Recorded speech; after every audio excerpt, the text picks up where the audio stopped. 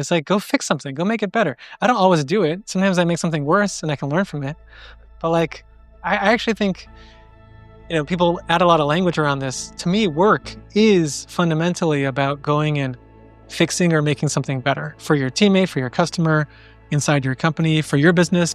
Welcome to Divot, the community for people making their mark in the world, where each week I sit down with the greatest minds in business, tech, sports, and entertainment to uncover the moments, decisions, and lessons that shape their journey so you can shape yours.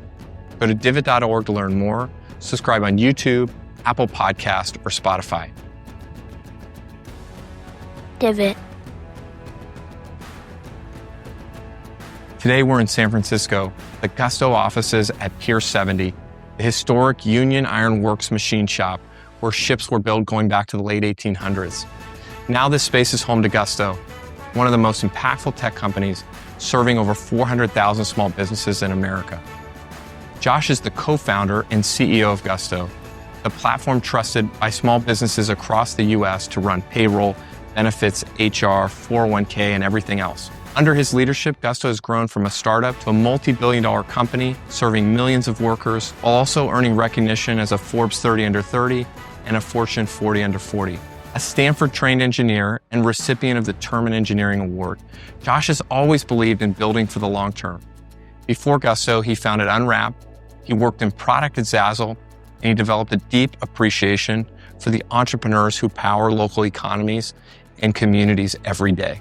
Hope you enjoy our conversation. I mean, something that I've spent a lot of time on over the last 15 years with Startup Grind is trying to help people to start and run a good business. And, I have had several of my own businesses fail spectacularly. I think it does boil down usually to what you said, like there isn't a market, or we don't have a great enough pain for what we're trying to get into the market. Or distribution is hard. Maybe distribution is hard. But it does seem like if we could figure out how to, even if a small percentage of these small businesses, if we could help them actually get out of that sort of into orbit, it has a chance to really change the whole country. Yeah, and I think there's a framing of like this compliance regulatory burden. There's a negative part to that. And if we can abstract it, that negative goes away. I actually want to highlight some of these rules and requirements are actually very intended to help the small business. How so? So tax credit is a good example, right? Tax credit usually depends on the program, the goal, the objective. We can talk about R&D tax credit, for example.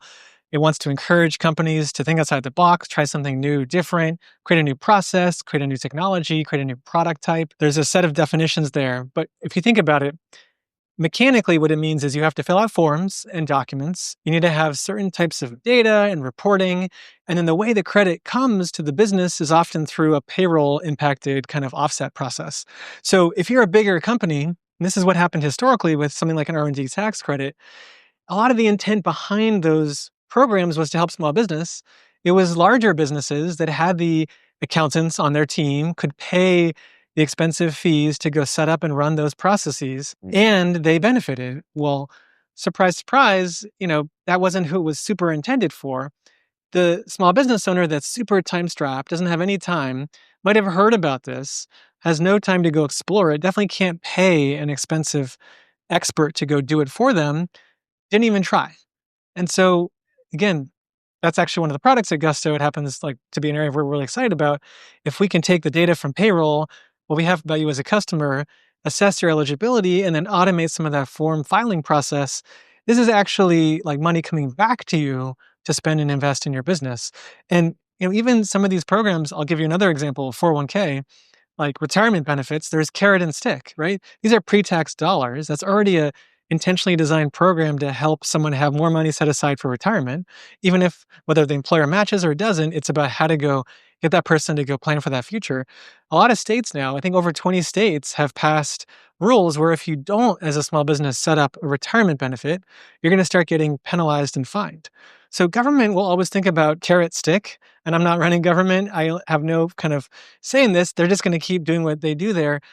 Our job is to go minimize the stick pain, but amplify the carrot kind of opportunity on any of these product lines, frankly. If you were put in charge of the small business unit of the American government, what would you change on the first day? I mean, let's see. We have an amazing policy advocacy Sure, I'm individual sure at they're great. I'm Gusto sure they're great. named Steve Avick. He does a great job. He'll have a very cogent answer. I mean, a year ago when I was visiting to try to bring some data from small business to government, we were really focused on tax credit and how it had been blocked due to some, I think it was politics. That's now been unblocked. So a year That's ago, I good. would have said, let's go get tax credit working for small business because it actually does put money back in their pocket in a very constructive way. Like, how do you streamline the way, and this is maybe the pipe dream part of it, but like federal, state, and local do not coordinate whatsoever. It's like entirely part of how the country was formed, right? States' rights are a big, big thing. And I have no statement on if that's good or bad, but that's just part of the fabric of America. But in many ways, for a small business owner, especially if you're in multiple states, it's like the US is 50 countries, not 50 states. And so that complexity gets pushed into the small business owner, especially. Yes. I don't know, again, exactly how to solve that because of the history of how this country and this government functions. But there's a lot of redundancy, overlap, mixed messages that creates confusion for a small business owner. Do most small businesses operate in a single state, or are they operating in multi-state? So with the pandemic, the trend grew. You have to also figure out, is it full-time employees, W-2, contractor?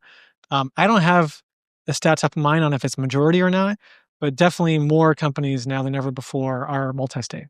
Yeah, I've experienced this problem, and I've dealt with paperwork in all of these states, and also things like the 401k. 401k is interesting because it's one of these benefits that has this outsized value in employees' minds too. Like, I can think of many times where we've done these, what we thought were incredibly generous benefits on any sorts of different things, stipend for this or stock grants or something. And it's almost, no response. You kind of like, as the business owner, you sort of wait and hear, like, is this something people care about? Is this something they're going to talk about? There's a couple of things over the years that have really had a huge impact. One was like this discount we did for cell phone bills.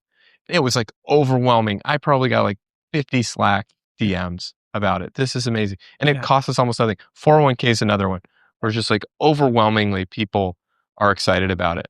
Well, and I would say, especially again, small business, in a lot of small businesses, they don't even think they can do things like a 401k, right? And Why not? well, because it seems like a big company thing. It's There's a too whole hard to paperwork do, or process. There's it's an administration expensive, or cost, or there's a assumption of the amount of cost it'll be to set it up and run it. And so part of that is just like bursting that bubble. Maybe it was historically, but like it doesn't have to be that way if software is a big part of how we deliver. Yeah. And so we can help a very small 2-3 person business with a 401k today. Gusto 401k officially launched last Thursday. Um, and yeah, it has a big impact on the employees because like it's different in a tech startup. We give equity to every one of the people that join Gusto. Right. Their retirement is going to be most affected by the appreciation of Gusto stock they own. But for most small business owners, they're not giving equity. They're not giving stock. They're not in a company that's going to have the value grow 10x, 100x, 1000x, and they benefit. And so setting aside money actually is really, really important, whether it's for retirement or for their kids' college tuition in the future, or even just for a rainy day. Like that's one of the products at Gusto I love the most is you can just set aside some money from your paycheck for having a savings account, right? And if you already have one, fantastic. But if you've never done one, it can be dead simple within a couple clicks, $10, $50, whatever from your paycheck set aside. And then if something happens, have that money to tap into versus having to go to overdraft fees or credit card debt or payday loans. From the outside, watching Gusto as a customer and, as a fan of yours and the things you built, I kind of have seen it as like this very just sort of steady, growth. And I mean, look at this incredible space where we are, and you have other offices and other spaces for your team. But I sort of contrast that with some of these companies that we see just like, and maybe you can correct me, maybe your growth has been just as steep. I don't know if that, like, could you talk about the intentionality of how you grew and in what way you grew, especially because you could just try to boil the ocean and take on compliance and the sort of payroll and all these things across the whole world. You didn't do it that way. How did you think about managing your growth? Compliance is a piece of it. What we do has to work right from day one. But I'll be really clear. Our goal, and here's my mental model, is to grow as fast as we can with 3 checks and balances, right? So like there are millions of companies out there we want to help. There are hundreds of millions of people that work at those small businesses we want to help. Like every day that someone who I know could help, could benefit from using Gusto is not on Gusto, like partially pains me, right? So what are those three checks and balances? One, the quality of our product, right? Like if our product quality were to degrade, right, that is a good reason to slow down and make sure that we're maintaining that accuracy, reliability, compliance because of what we do for our customer. Two would be unit economics. We're here to build a multi-decade business, right? How much we pay to acquire a customer, how much we pay to service a customer. There's a lot of tech startups that have bad business models and somehow think make it up at scale. That can work, but that to me is gambling, right? So if we're going to build for decades, like when you're early on and learning, great, experiment a lot. But if you're going to be in scaling mode, have really good gross margin, have really good CAC payback. So if those were to degrade, that's a good, again, check and balance on, how to grow more effectively. And then the third would be Gusty experience, right? And I don't think this is that complicated. Hopefully any company can relate to this. If you start having a lot of your team, quit or be unhappy, right? That's a negative feedback loop that something is wrong. Go fix that, right? So we want to maintain, we have goals against each of these areas: retention, product quality, unit economics. If we're within those bounds, we want to grow as fast as we possibly can, but it's not at all cost. And it's not with the goal of highly volatile outcomes. It's with the goal of we're going to build for decades. And if we can compound at a fast clip and maintain that quality, then we'll actually build a business we're proud of too, not just a big business for the sake of it. What are the checks and balances you put around product quality? There's a bunch that are pretty clear. I mean, from a leading indicator lens, we can track things like tickets coming in, customer complaints, any issues that might have arrived through an action that we took. It could be a tax filing, a tax payment. There's also the aggregate stats like NPS, and if you would promote us to someone else. The biggest way Gusto grows is through customers recommending us, right? So NPS isn't just like a vanity metric at Gusto. It's the primary driver of how we get new customer. So there's a metrics by every product line. There's also the kind of broader NPS type metric. The end of the day, simplest outcome is, does the customer stay with you, right? So do they churn or not? And if they're churning because something went wrong, that's a really, really valuable feedback loop of like fixing that thing, making sure that thing doesn't happen again so other companies don't face that challenge. On the profit metrics, how have those changed over the last 2 or 3 years coming out of COVID versus what they were before, or have they always been the same? So if gross margin and CAC payback, how we acquire, how much we cost to serve are strong, and they've been strong at Gusto since 2014. By definition, the company should be able to be free cash flow positive. Now, when you're subscale, which we were in 2014, 15, 16, we have raised venture capital money, and we use that money primarily to fund R&D. Not to fund the business model, but to fund R&D to build more product faster. So we launched small group health insurance in 2015. Right? We would not have been able to build that team, build that product purely off of the cash flow from payroll because we were still too small. Yeah. But once you get to a bigger scale, and we're at much bigger scale today, like the company has been free cash flow positive for 3 years in that range. And we reinvest that money back into building more product, improving our product, growing our market. But, that to me feels logical. If you're going to be at the scale we're at, like you should be generating free cash flow and then reinvesting that back into your opportunities. You shouldn't be dependent on outside capital. Again, maybe a different ballgame if you have huge CapEx or AI companies that have huge infrastructure costs. For us, the cost is paying our team, and we pay them the bulk of what we bring in to go build and deliver these products to our customers. When you see the way some of these AI companies are growing right now, I mean, there's a company that went from 0 to 250 million in ARR in a year. And you have others that this concept, probably when you started this business and I started mine, where it's like, hey, if you can triple, double, you're killing it. You're one of the best companies in the world. Now that's like completely thrown out the window. Do you get a feeling ever that like, shoot, we need to grow faster, or how do we speed this up? Or you see what someone else is doing and you're like, the goalposts have changed now. How do we adjust? Or can you just kind of stay with the sort of long-term vision and mission that you're talking about? So I think first off, we are going through a massive paradigm shift from how people use and build software and technology. So, I mean, my question when I meet a founder is like, have you created something useful? The metrics for that are pretty straightforward. Like, create something useful, the customer pays you for it. So sometimes I'll talk to people and they want to spend a lot of time on pricing. And I'm like, well, if you haven't created enough value, then someone's not going to pay you what you want to get paid. But a lot of these newer companies are creating real value. They should get monetized. They should get paid for. I would just really look at the unit economics. How much are you spending to acquire? How much are you spending to serve? If those are great, fantastic. Look at the retention characteristics, the net dollar retention. Look at if it's really truly reoccurring versus transactional or one-off. And like, it's an amazing time. There is a paradigm shift underway. Like, we are excited, in the next year-ish, we'll pass, 10% of employers in America being on Gusto. Our goal is to get to 20, 30, 40, 50% of all employers in America on Gusto. Like, but we're going to do that in a compounding way because I'll be doing this for the next 40, 50 years probably. So, it's a grow, but then grow in a way that's going to be repeatable, not just, one-off growth rate. You expect this to be the last company that you found? I mean, I absolutely do not plan to start another business. This is what I hope to spend all of my working life doing. Yeah. The cool part is if you are in a market and it created enough value for your customer, there are so many related pain points. Like we talk about today, wanting to help grow the small business economy, like literally to change the growth rate and the number of small businesses in America and the world. If you look at the pain points that get in the way of that today, we have so many new products to launch, so many different product areas to build. We work with businesses directly. We work with accountants and bookkeepers. Like the fun part, if you're going to do something for decades, it's not the same product only in the same business. We have people joining the company. We have leaders that I have a chance to work with who 3 years ago I never would have had a chance to work with, but now they're joining because they're excited to be at this stage and this platform. So Yeah. sometimes people wonder, how do you do the same thing for 30, 40 years? I mean, you know this very well. Like if you're a fast growth, high potential business, it's different every single day. Yeah. And I think of it, if you want to use a metaphor, as like a set of mountains. Like there's infinite sets of mountains in front of us that just get steeper and steeper and steeper. I don't want to go back to the beginning. I like that we've climbed a bunch of mountains so far to get where we are today.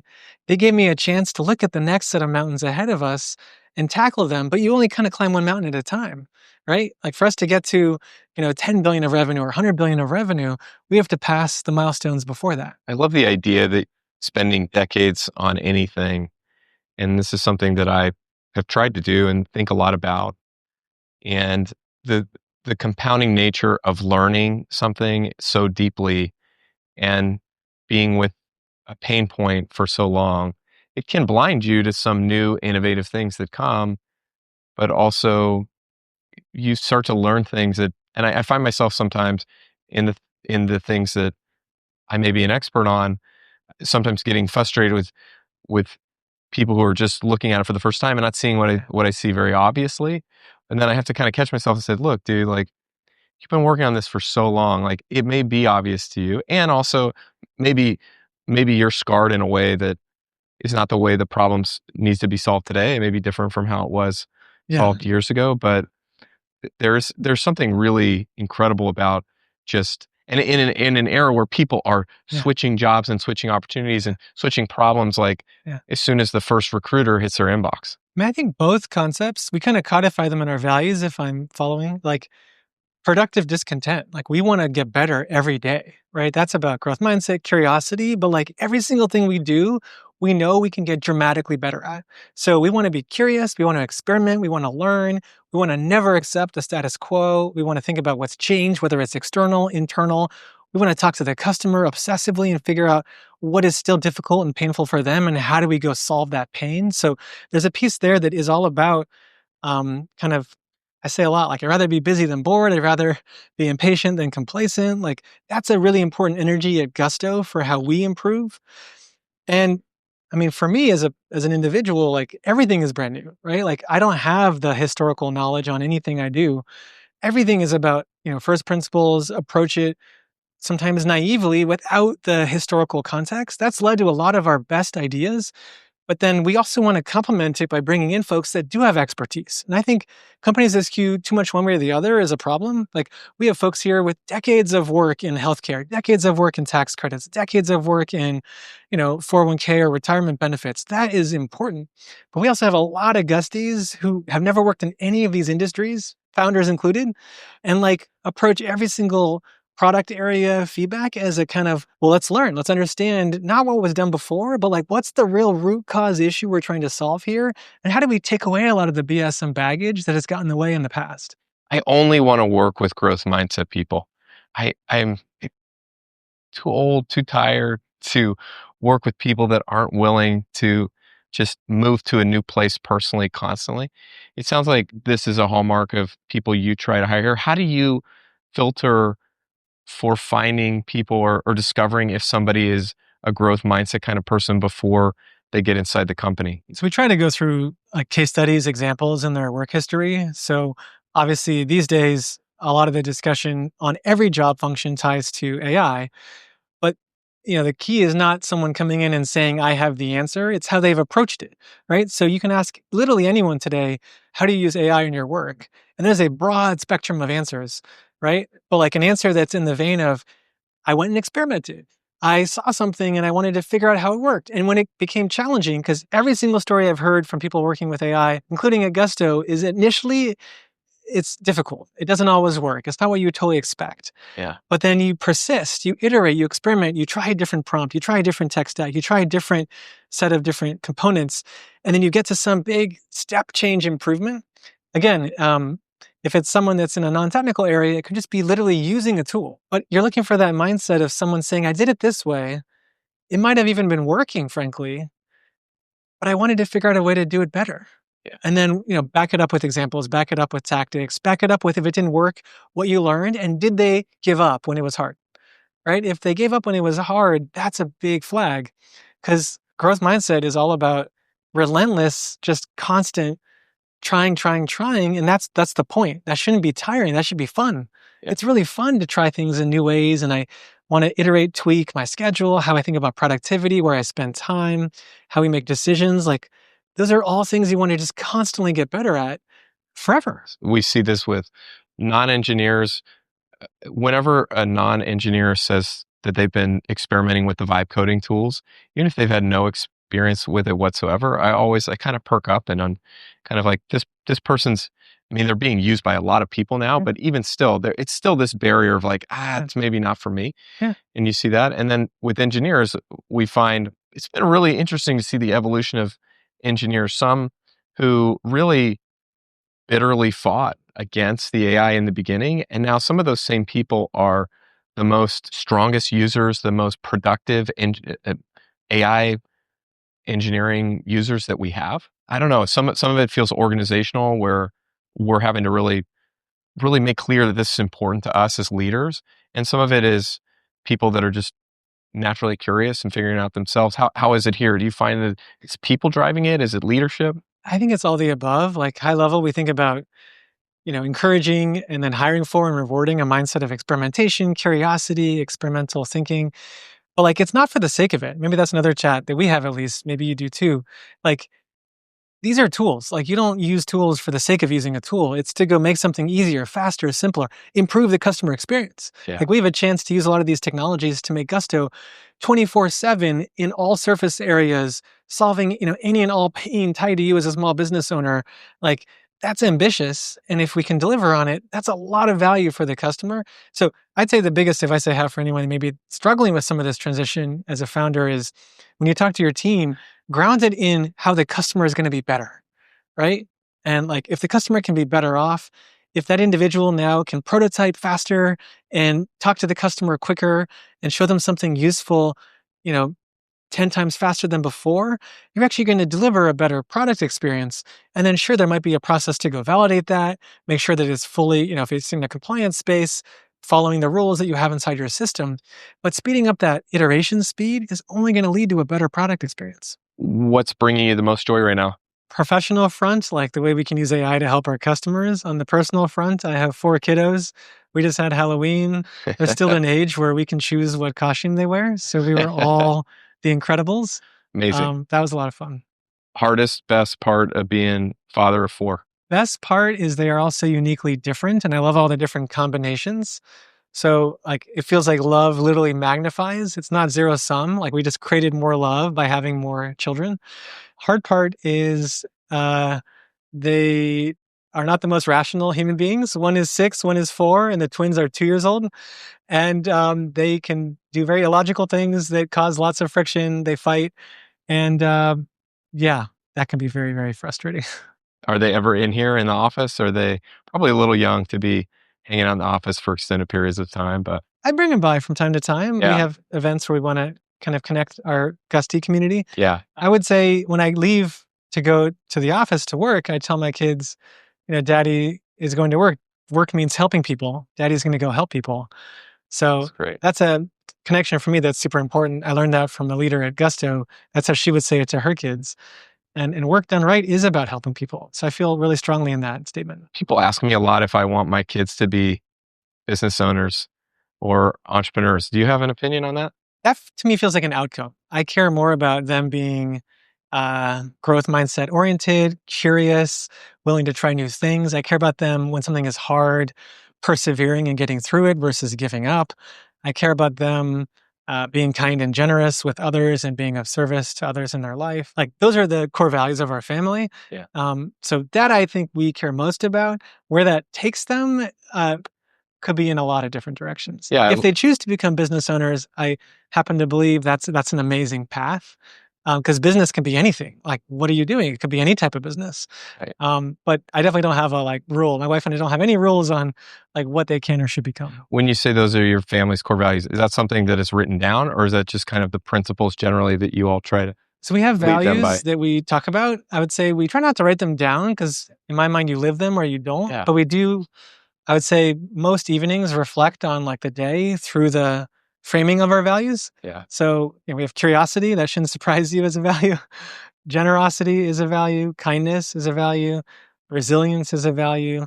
And so I'll try to, share, and we don't do this every day, but what's a story from Daddy's day, whether it's a weekend or a weekday, where I was either curious or generous or resilient. And it's just a way to try to have our kids understand those concepts, but also share, how they made it real in their life. And if they don't have one, that's fine. Yeah. But at least they understand those concepts and are thinking about them on a regular basis. I love that. That's really cool. For a while, I tried to come up with a single word that would encapsulate all the family values that we had. And I still haven't come up with what that word is.